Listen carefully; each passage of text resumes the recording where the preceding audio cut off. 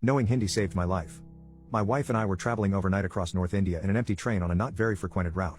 A group of 5 university students boarded our compartment in the early hours of the morning. Spotted us and sat together in a row on a free seat facing us out of the 80-odd other free seats available in the compartment.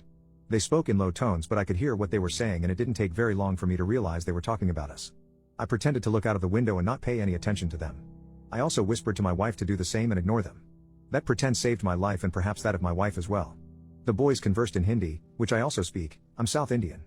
For some obscure reason I've always been identified as Malaysian, and these guys probably assumed I was a foreigner. And they didn't think that I might know their language. In the conversation that I overheard, these boys decided to rush us, knock me out, throw me out of the moving train and assault my wife. As simple as that. It didn't take them very long to come to that decision as well, which only goes to prove how psychotic they were, or that they'd done this before.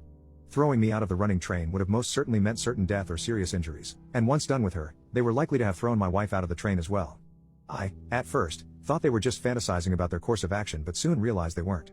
I whispered to my wife what they were saying, to discreetly fake her Swiss knife out of her bag and keep it ready. I also told her when they rushed us to kick wildly at their groin areas and to slash as many as possible, as viciously as she could. We then waited. And it didn't take them very long to rush us, and rush us they did as one man. All 5 of them together.